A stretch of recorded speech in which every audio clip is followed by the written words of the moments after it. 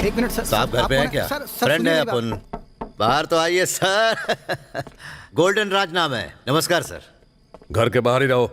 बिना जाने कि मैं यहाँ क्यों आया हूँ आप तो नाराज हो गए। यहाँ तुम भलाई के काम के लिए तो नहीं आए होगे। बैठिए तो सही। जानता हूँ आपको बहुत टेंशन है। आप लोग अपन को खत्म कर देना चाहते हैं, पर सुना है कि अगर आप चाहें तो उस हिट लिस्ट से मेरा नाम हटा सकते हैं। 1 करोड़ अभी साथ लाया हूँ, 1 करोड़ कल दे दूंगा। अपन को यकीन है कि आप ये बात समझ जाएंगे। और बेटे की शादी की बात तो भूल ही गया। काट देना। अगर अरेस्ट हो गया तो बेटी की शादी में बहुत बेइज्जती होगी। लड़की का बाप हूं, थोड़ा रहम कीजिए। तुम्हें पकड़ने के लिए मुझे कोई टेंशन नहीं है, दूसरे ज्यादा जरूरी हैं। तो वैसे ही फंस गया फालतू में। फालतू में? तू गेहूं के साथ घुन की तरह पिस गया। घुन हूं मैं?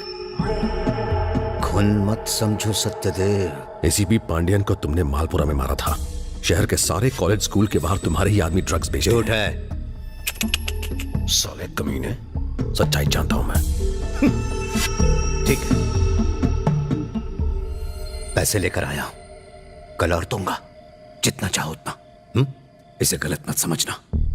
जिंदगी में जितना भी जोखिम उठा लो या जितनी भी मेहनत कर लो, तुम उतना नहीं कमा सकते जितना मेरे गैंग का एक छोटा सा गोरखा कमा लेता है। पैसे के बिना जिंदगी बेकार है, जानता हूं मैं। तुम्हें जब भी जरूरत पड़े कहो, मैं दूंगा। बहुत पैसा है। हिट लिस्ट से नाम हटवा दो, बस इतना ही। मैंने सुना है कि तुम्हारी औकात 2 कौड़े की भी नहीं है। किसने कहा ये? एक मरा हुआ घोड़ा भी पूरे 1.25 लाख का होता है। सुना नहीं क्या? तुम मुझे फंसाने आए हो क्या? तुम दोनों में से माइक किसने छुपा रखा है, या कैमरा किधर रखा है, या अपने पीछे न्यूज चैनल को साथ लेकर आए हो? छी, क्या बोल रहा है? तुम भरोसे के लायक नहीं हो राज। चलो कपड़े उतारो, प्रूव करो कि ऐसा नहीं है। पैसा तो मैं कहीं और ले लूंगा। समझ गया। चलो शुरू हो जाओ।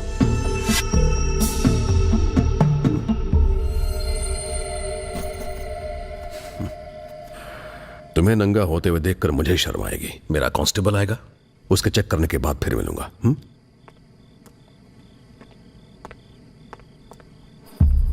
सेल्वम। जी सर। आज तुम लेट आए थे ना, जाओ सजा भुगतो। सर आप अपनी शर्ट पैंट उतार दीजिए। और तू भी। कई बनियान में तो कैमरा माइक नहीं छुपाया? हाँ,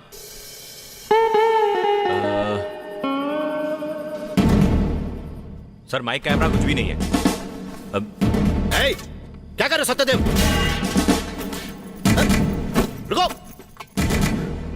तुम अपने आप को समझते क्या हो? हाँ? मेरे ही घर में घुसकर मुझे खरीदने आए हो? यही हो तुम। You are nothing. Satya. And I am a police officer, DCP Satyadev. तेरी तरह नहीं हूं जो गुंडागर्दी के बल पर कानून का खुलेआम बलात्कार करता है। गवर्नमेंट मुझे भरपूर तनख्वाह देती है, बंगला, गाड़ी, सब कुछ है मेरे पास। वहां खड़ा वो कांस्टेबल अपने काम की वजह से प्रमोशन पाता है। वफादार है वो मेरा। पर तेरे गुर्गों को तेरे मरने के बाद मिलता है प्रमोशन। वो सब तेरे मरने का इंतजार करते हैं। हे, मेरा बाप बहुत कम पैसे कमाता था, लेकिन उसके मरने के बाद आज मैं हूं डीसीपी। तेरे मरने के बाद तेरे बच्चे सड़क पर भीख मांगते फिरेंगे, वो तेरे मुंह पर थूकेंगे। साले। सेल्वम। जी सर। अगर ये यहाँ 1 मिनट भी रुका तो इसे काट डालूंगा। Now get out. चल साले, दफा हो जा। क्या तूने सांप के बिल में हाथ डाला है? निकल। कल 12 बजे मैं खुद आऊंगा तुझे अरेस्ट करने। चल जाओ यहाँ से। चलो निकलो यहाँ से। अरे निकलो। चलो चलो चलो। पैसा कम नहीं था। तेरे पास तो ऐसे बहुत आते होंगे। मैं तो बस अपने दिल की सुनता हूं डैड। आप ही ने कहा था ना। और मुसीबत यह है कि आप हमेशा साथ रहते हैं, तो घूस कब लूं? तो मुसीबत मैं हूं।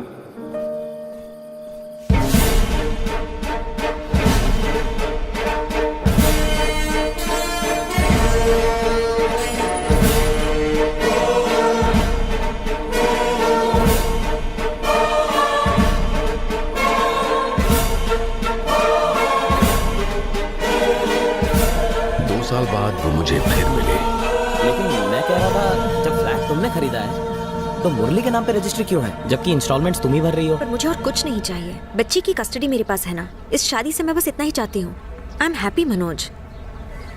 ये तलाक बस बिना झगड़े के हो जाए, इतना ही काफी है। लेकिन मैं तो तुम्हारे एलिमनी के लिए भी आर्ग्यू करना चाहता था। चलो कोई नहीं। Hello sir. ऐसा सिर्फ हिंदी फिल्मों में देखने को मिलता है, पर असल जिंदगी में एक ऑटो वाला 2 साल के अंदर एक पुलिस ऑफिसर बन जाता है। वाह। रियली? I am joking. अगले ही दिन हॉस्पिटल के टीवी पर मैंने आपको न्यूज में यूनिफॉर्म में देखा था। अच्छा, इसका नाम क्या है? ईशा। Hi baby. उस रात आप ही की वजह से इसकी जान बच पाई है, वरना पता नहीं क्या होता। Come on. जाओगी बेटा? जाओ।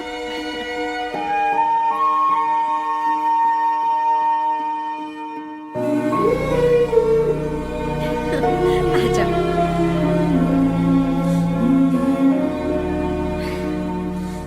फिर मिलेंगे।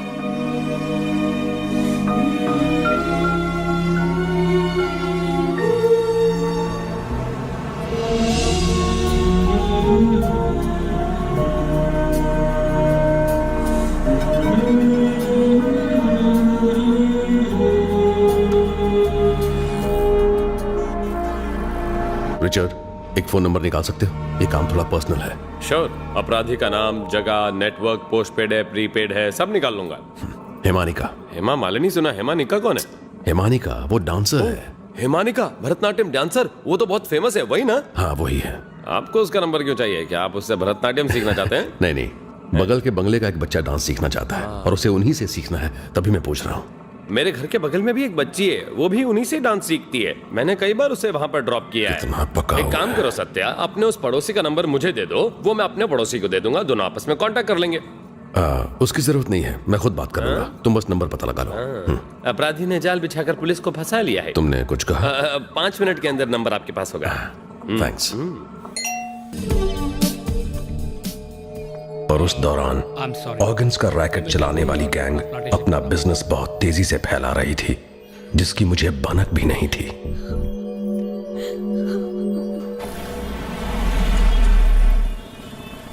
काय ग, भूख लगी है? हाँ लगी है। मेरे साथ चल, अच्छा खाना खिलाऊंगी। ये लवर, ये नाम क्या बताया था? सुंदरी।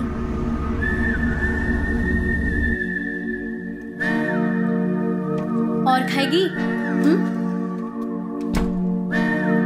अजिबात टेन्शन नको घेऊ। एक काम करते हैं, इसका ब्लड सैंपल लैब में टेस्ट करने के लिए भेज देते हैं। 1 करोड़ लगेंगे।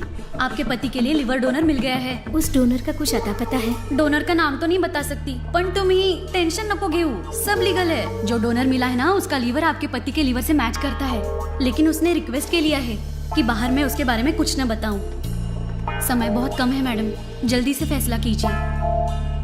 चलो इसे ऑक्सीजन मास्क लगाओ, ब्लड प्रेशर चेक कर लो। जितना जल्दी हो सके इसका ऑपरेशन खत्म करना है। विक्टर ने एक और क्लाइंट भेजा है, उसका भी हार्ट ट्रांसप्लांट करना है। मिल बांध के पैसे खाएंगे, माली माल कमाएंगे। जिस छोटे मोटे गुंडे को सत्या ने अच्छी राह पर चलने के लिए जेल से रिहा कर दिया था, वो आज ऑर्गन्स रैकेट का माफिया बन गया, और वो है विक्टर मनोहर।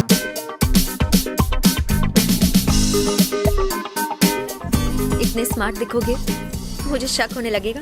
कोई गलत इरादा तो नहीं है ना? तुमसे शादी का इरादा है। Will you marry me?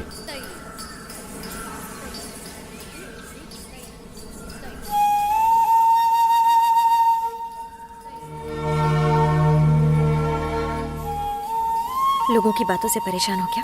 Look, I love you. तुम भी चाहती हो तो शादी कर लेते हैं ना, डर कैसा?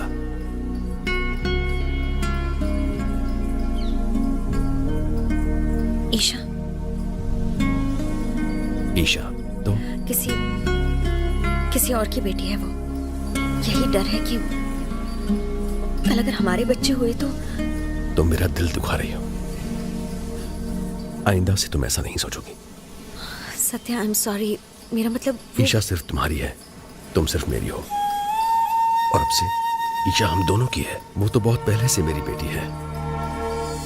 जानती हो, जब पहली बार कोर्ट में मैंने उसे गोद में लिया था तभी से सोच रहा हूं 6th से वो अच्छे स्कूल में जाएगी। उसके लिए हमें रोज रोज अप्लाई करना होगा, लाइन लगानी होगी, लगाएंगे। उसके बाद अगर स्कूलिंग खत्म होने पर उसने बाहर जाकर पढ़ने के लिए कहा तो पहले हम उसे मना करेंगे, फिर भी उसने जिद की तो उसके लिए थोड़े थोड़े पैसे बचाएंगे, वो भी आज से, और भेजेंगे पढ़ने के लिए।